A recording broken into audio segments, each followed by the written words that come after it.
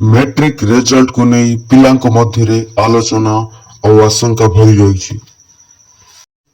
मार्च 19 तारिख आरंभ होइतिला खाता देखा।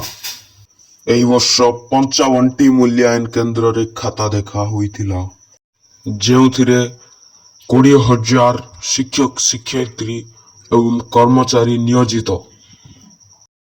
बहुत शीघ्र रिजल्ट प्रकाश करिया पई बोर्ड रो सूचना। मे प्रथम सप्ताह सुधा मैट्रिक रिजल्ट प्रकाश करिया पई बोर्ड रो लक्ष्य। एही वर्ष रिजल्ट किपरि आसीबो ताहा जानिबा को ले आपण माने निश्चय कमेंट करंतु।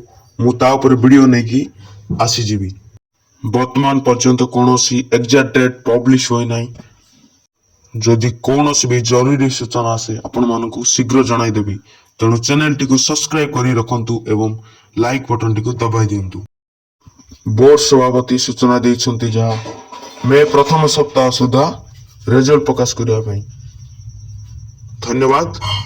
चैनल टी को सब्सक्राइब निश्चय करंतु एवं लाइक बटन टी को शेयर मध्य